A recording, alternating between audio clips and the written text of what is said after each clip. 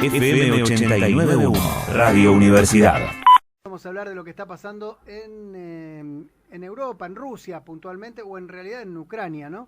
Que es candidato a organizar un mundial, inclusive. Mirá vos cómo termina todo esto, ¿no? Se mete entre Portugal y España para organizar un mundial, todo a partir de lo que parecía una invasión que iba a durar 3 días, 4 días, una semana y se acababa todo, y que lleva un año. Uno cree que todavía tiene para rato por cómo viene la mano, porque encima intervienen todos los europeos y todo lo demás. Tenemos a Alejandro Laurna Garay, especialista en información internacional, un amigo de la casa ya. Ale, ¿cómo andás? José, Walter, Luz y Jorge te saludan. Buen día. ¿Qué tal? Buen día, José y todo el equipo. Un saludo grande y gracias por llamar. Un placer. No, gracias a vos por atendernos. Bueno, ya como quien no quiere la cosa, pasó un año de esto, ¿no? ¿Y tiene para rato todavía? Sí, ya vamos un año y como bien decías, tenés razón, viene para un rato más porque se siguen rearmando a Ucrania, ¿no? Occidente ya viene anunciando el incremento de la ayuda militar con los tanques que van a ir llegando en los próximos meses, obviamente que es como que vas a ir a golpear la puerta y le avisas antes, ¿no? O sea, estás avisando todo lo que vas a asistir militarmente, con lo cual Rusia también ya se va preparando para cuando pase el frío.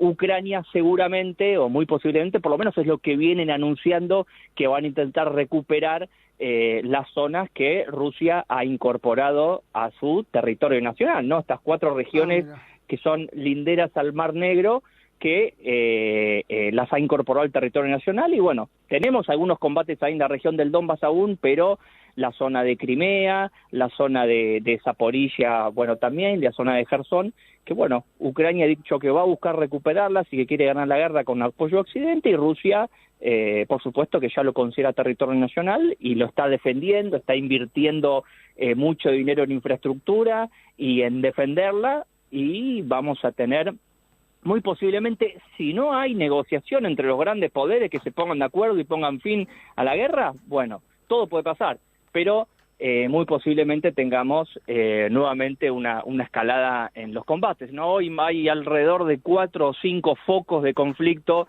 donde están combatiendo, pero si por lo menos todo sigue como está hasta ahora, en un par de meses o quizás menos tendremos mayores combates en las distintas regiones, ¿no? Y sobre todo uno piensa que esto tampoco va a quedar ahí, porque ayer Putin termina haciendo una declaración que asustó a muchos, ¿no? Y tiene que ver con las armas nucleares.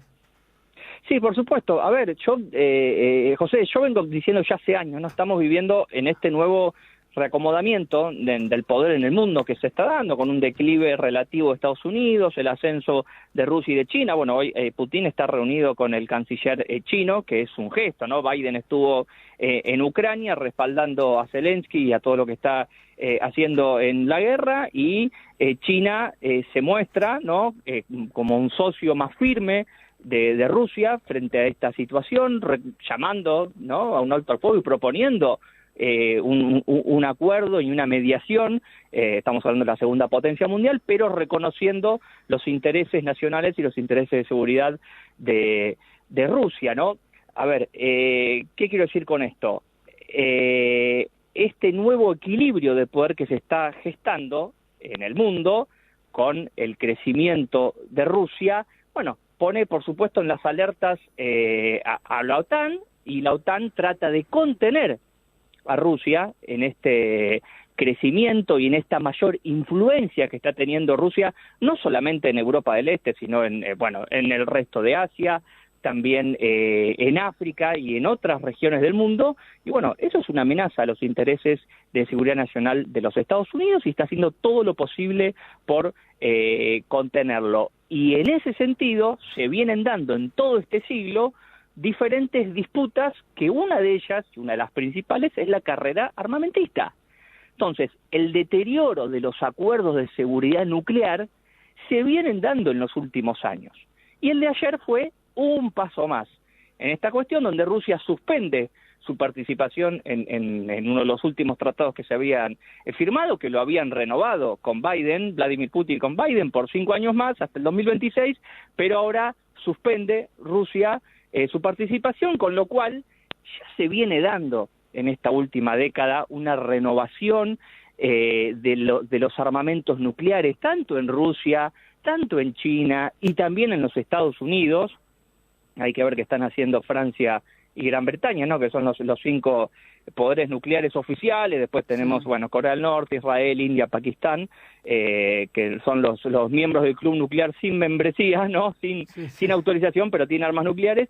Pero los 3 grandes vienen renovando su poderío nuclear, y bueno, esto es peligroso y se viene advirtiendo que es una de las grandes amenazas que sufre, que tiene hoy la humanidad, y por eso lo que pasa en Ucrania es mucho más peligroso que una guerra regional, porque estamos a las puertas, estamos en las fronteras del principal poder nuclear, que es Rusia, que tiene aún más ojivas nucleares que los Estados Unidos. Por eso el llamamiento de la comunidad internacional a llegar a un alto el fuego y un acuerdo, ¿no? Perdón en pensar en nosotros únicamente, digo, pero hay una vieja frase que dice, nunca se está demasiado lejos. Te pregunto, ¿estamos lo suficientemente lejos? No, nadie está lejos de lo que está pasando en el mundo. Todos los 5 continentes están en el medio de esta gran disputa. Si bien, bueno, la guerra en Ucrania en sí nos ha afectado como a todo el mundo en términos económicos, en términos financieros, en términos de inflación. En el pueblito más lejano del interior del país ha afectado la inflación como coletazo de la guerra en Ucrania. En términos económicos nos afectó, y en términos de seguridad todo el mundo está viendo cómo están creciendo las tensiones. Y acá la clave, mira, yo es una frase que, bueno, la tengo como frase de cabecera en mi página web, que es que estas disputas que se están dando entre los grandes poderes, bueno, hacen que todos los países del mundo, los medianos, los pequeños, los que tienen mayor o menor incidencia, bueno, van a tener que adaptarse y van a tener que lidiar con estas tensiones que se están dando y con las presiones que ejercen los grandes poderes. Si no lo hacen con inteligencia, si no actúan con cintura política, van a sufrir mucho. Y es lo que le está pasando a Ucrania, y es lo que le va a pasar a cualquier país que tome una posición muy firme junto a uno de los grandes actores, cediendo su interés de política exterior a los intereses extranjeros, como han hecho muchos gobiernos aquí en la Argentina, cediendo, ¿no?, las relaciones carnales con Washington, etcétera, etcétera. Ya conocemos esa historia. Bueno, esos países sufren y las poblaciones sufren. Entonces hay que lidiar con eso. Y yo creo que, por ejemplo, ¿no?, si vos me decías el ejemplo de Argentina, bueno, hoy se está lidiando con eso. Vos hoy en la Argentina no te podés alejar ni pelear con Estados Unidos, tampoco te conviene alejarte y alinearte automáticamente con Estados Unidos y pelearte o alejarte con China, y mantener también, o sea, es una decisión acertada no aplicar sanciones económicas a Rusia.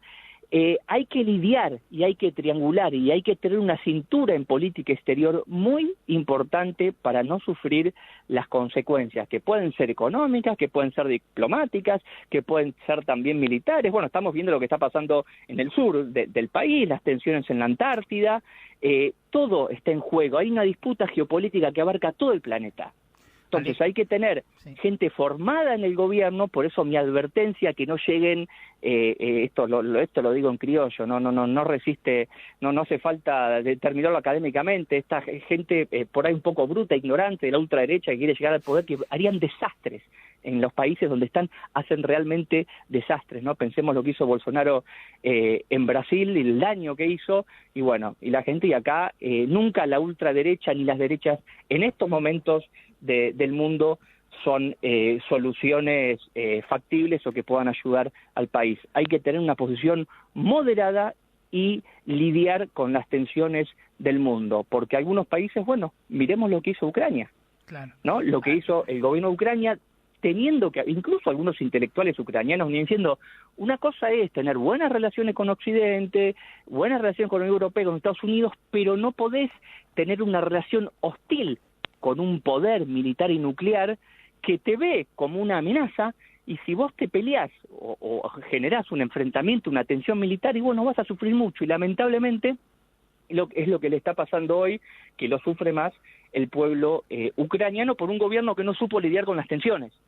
Y Rusia, ante una amenaza que vio militar en Ucrania, y bueno, accionó como hacen los grandes poderes, como hace Rusia, como hace Estados Unidos y como han hecho muchas potencias a lo largo de la historia. No es algo nuevo y no es algo, ni va a ser, no es la primera ni la última guerra del siglo XXI esta. Claro. Alejandro, vemos Rusia y Ucrania como los protagonistas de esta guerra, pero digo, detrás de Ucrania está la OTAN, ¿no? Directamente con Biden muy involucrado, que visitó Kiev incluso estos días, y detrás de Rusia está China. Esa es la pelea de fondo, digo, a nivel geopolítico, y nosotros que si bien estamos lejos, las declaraciones que hubo en el último tiempo de la generala de Estados Unidos, que hablando de recursos como el litio y otros de Sudamérica, como que son parte de Estados Unidos, lo daba a entender así, digo, también está el peligro de ese enfrentamiento, ¿no? Bueno, sí, por supuesto. A ver, te respondo en dos partes la pregunta, muy interesante. Sí, los protagonistas de esta guerra son, en primer lugar, te digo, y sin exagerar, estamos hablando de Rusia y Estados Unidos. Ucrania es, lamentablemente, lo digo lamentablemente por la gente, por la población de Ucrania, es un peón en este ajedrez de disputas, ¿no? Estado tapón que divide a los dos grandes poderes y está siendo utilizada, fue forzada y llevada por la OTAN, Estados Unidos, para contener a Rusia. Rusia, desde su interés nacional, aunque nosotros critiquemos la guerra, la invasión, la acción, todo lo que quieras, todo lo que queramos decir y todo lo que quiere decir la gente, Rusia se vio amenazada y accionó frente a esta situación, y hoy es posiblemente, como yo lo dije al principio, ni bien empezó esta última etapa, esta última guerra que estamos viendo desde el 24 de febrero del año pasado, que era muy posible, y esto lo venían advirtiendo teóricos norteamericanos hace varias décadas, que terminaran partiendo a Ucrania, ¿no? Y hoy vemos cómo Rusia se está, incorporando parte del territorio de Ucrania hacia su soberanía nacional, y cómo Ucrania está avanzando con un proceso de privatizaciones enorme con grandes corporaciones norteamericanas e internacionales, quedándose con tierras fértiles y con un montón de recursos naturales, que es una de las cuestiones fundamentales que tiene Ucrania, con el endeudamiento del FMI. O sea, están realmente, como ha sucedido en el último milenio de la historia de Ucrania, se la han repartido los poderes occidentales y eslavos más de una vez a lo largo de la historia, y esta sería una vez más lo que estamos viendo y cómo sufre el país. Por supuesto que acá el interés y la disputa es entre los grandes, como te decía, entre Estados Unidos, que no quiere perder su posición en Europa, porque si Rusia tuviera una mejor relación con Alemania, con Francia, como lo venía teniendo, Putin tenía una muy buena relación con Merkel, y si Rusia incrementaba sus relaciones, su influencia en Europa Occidental, que tampoco era muy negativo para los europeos occidentales, porque tienen energía barata y otros recursos que les faltan, bueno, eso era un problema para Estados Unidos, porque se iba a ver un poco más aislado del teatro europeo, y eso también dañaba aún más su hegemonía en el mundo, su hegemonía en el sistema internacional, y esto también lo advierten los geopolíticos norteamericanos hace mucho tiempo, que no podía permitirse un acercamiento entre Rusia y Alemania o entre Rusia y Francia, ¿no? Ahora, Ale, la verdad es que desde la invasión nazi allá por antes de mediados del siglo, nadie se le atrevió a Rusia. Y acá un pequeño país como Ucrania se atreve, obviamente no tiene para mucho más que esto, y seguramente juega con el apoyo de la Unión Europea. Y las armas se las van pasando. En segunda instancia hay que ver qué hace Estados Unidos, y en una tercera instancia hay que ver qué hacen los chinos. Pero digo, alguien se le atrevió a Rusia, y que no es poca cosa. No, por supuesto. A ver, a Rusia la han querido, en términos geopolíticos, Rusia es como el corazón del mundo, ¿no? Esto es teóricos geopolíticos ingleses, no lo dicen los rusos. Mackinder, que fue un teórico, un geógrafo inglés, muy reconocido, ¿no? En la profesión nuestra, en las relaciones internacionales, bueno, ya definía a Rusia y las zonas ahí de Eurasia como el corazón de la Tierra, la región con mayor recursos naturales, la más difícil de conquistar e invadir, y quien dominara eso podría llegar a tener un rol, a dominar el mundo, decía, ¿no? Pero a tener un rol por lo menos muy significativo en el mundo. Y lo han querido invadir Suecia, lo ha querido invadir Napoleón, que llegó a Moscú, Napoleón, lo han querido invadir los nazis, y lo han querido, y había un plan, se llama la Operación Impensable de Churchill, también, una vez terminada la Segunda Guerra, estaba la idea de invadir, estaba el proyecto escrito, de invadir Rusia, porque fue un aliado circunstancial. El enemigo original era la Unión Soviética, no era Hitler. Por eso primero se le permitió tanto a Hitler en los primeros años. Después vieron la realidad de lo que eran los nazis y bueno. Pero por supuesto que siempre Rusia y sus recursos naturales están en la vista de Occidente desde hace siglos. Eso es una realidad objetiva, escrito en los libros de historia, en los análisis teóricos de todas las potencias, y es una de las cuestiones a analizar. Y lo que decías antes, que tiene que ver con esto, con los recursos naturales, por supuesto, porque es otra de las grandes disputas que se vienen sucediendo por los recursos naturales. Tenemos una carrera de armamentos, una carrera por los recursos naturales en todo el mundo, donde por supuesto que Argentina y América Latina es víctima de esa tensión por el litio, por el gas, por el petróleo, por el agua dulce, por los campos fértiles. Por eso vemos también la preocupación que afecta a la inflación en la Argentina, esa extrema concentración de los campos en cada vez pequeñas manos y concentradas en capitales internacionales, que bueno, es uno de los grandes problemas que tenemos en el país. También de cara a la Antártida, hay una carrera también por los polos terrestres, por el Ártico, por la Antártida, una carrera por el desarrollo de la tecnología, una disputa por las monedas, ¿no? El predominio del dólar, que está también en jaque, que se viene advirtiendo que va a caer el dólar como moneda de reserva, que va a caer, que se acaba la hegemonía del dólar. Bueno, es un proceso más largo de lo que algunos vaticinaron, pero también es un proceso que se va de algún modo acelerando, ¿no? Hay varias disputas que afectan a todo el planeta. Sí. Y reitero lo que decía antes porque es muy importante. El país del mundo que no sepa ver esta realidad y que no sepa lidiar con estas tensiones entre los grandes poderes que se disputan el predominio en el sistema internacional, van a sufrir mucho. Entonces hay que ser inteligentes y actuar con mesura y lidiar con las tensiones y las presiones de los grandes poderes. Ucrania no lo supo hacer, fue empujada por Occidente, por el mero interés de la OTAN y principalmente de los Estados Unidos, a la hostilidad hacia Rusia, y Rusia reaccionó con violencia, como hacen los grandes poderes cuando se sienten amenazados, reaccionan con violencia. No es algo ilógico y es algo que lo venimos estudiando con realismo en el mundo, más allá de que veamos y nos duela, por supuesto, el sufrimiento de la gente, que en toda guerra la población civil es la que sufre, la que se lleva la peor parte, por supuesto, pero no se puede negar esta realidad, y que Ucrania fue utilizada como un peón por la falta de capacidad de sus dirigentes. Ucrania tiene una corrupción estructural y una falta de dirigencia capacitada desde hace por lo menos 30 años, y terminan asumiendo algunos presidentes que no tienen el conocimiento, que no tienen la cintura, que no tienen la visión política para lidiar y para saber que si vos anunciás que querés tener armas nucleares y estás al lado del primer poderío nuclear, y bueno, vas a tener un problema. Sí, claro. Digo, ¿no? Mismo estando lejos. Y Argentina, esto no sé si lo hemos dicho acá, si hoy Alberto Fernández dice, bueno, queremos tener armas nucleares, y no te van a dejar. Claro. Te van a hacer sufrir y te van a hacer escarmentar queriendo ser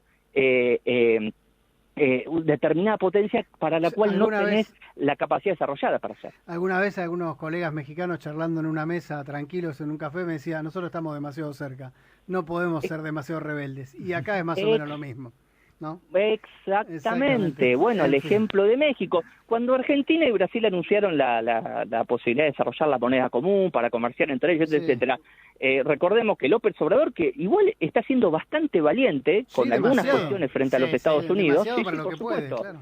Exacto, pero dijo, bueno, nosotros con la moneda común no, y no, vos estás en el Tratado del Atlántico Norte, estás al lado, México tiene que lidiar con esa cercanía con los Estados Unidos, que es lo que no hizo Ucrania. Ucrania está al lado de Rusia, y Rusia no iba a permitir que la OTAN ni los Estados Unidos le complicaran el acceso al uso del Mar de Azov, del Mar Negro, que es clave, vital para la estrategia de Rusia. Por eso observemos, si ustedes hoy agarran el mapa de lo que son los nuevos dominios rusos que incorporó al territorio. Bueno, es toda la zona que da al Mar Negro.